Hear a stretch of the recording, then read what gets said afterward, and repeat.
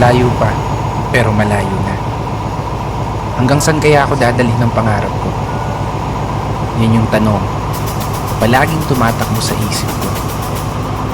Na marahil, ganun din sa isip mo. Kasi kung titignan mo, kakaiba talaga yung ginagalawan nating mundo. Parang minsan, nagtitripa na lang tayo. Ikot-ikot na lang yung sitwasyon na paulit-ulit kang nakapano. Oo, minsan, may araw na panalo ka, pero mas madalas pa rin yung nalilihado. May oras na gulong-gulo yung isip mo, may panahon naman na pumapabor sa gusto. Ganito siguro talaga yung ibig sabihin ng buhay. Hindi perpekto ang tempo at lahat nakaayon lang sa tiyempo.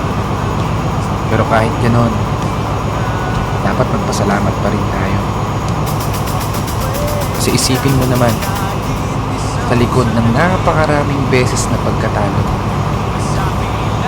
eto ka pa rin, nananatiling nakatayo, sinusubukang ipanalo. Bawat laban, ikaw lang yung nakakaalam. Mga pagsubok na araw-araw mong pinipilit ng pasan. Sa bawat pagpihit ng kamay ng orasan, naglay mo ang lakas ng loob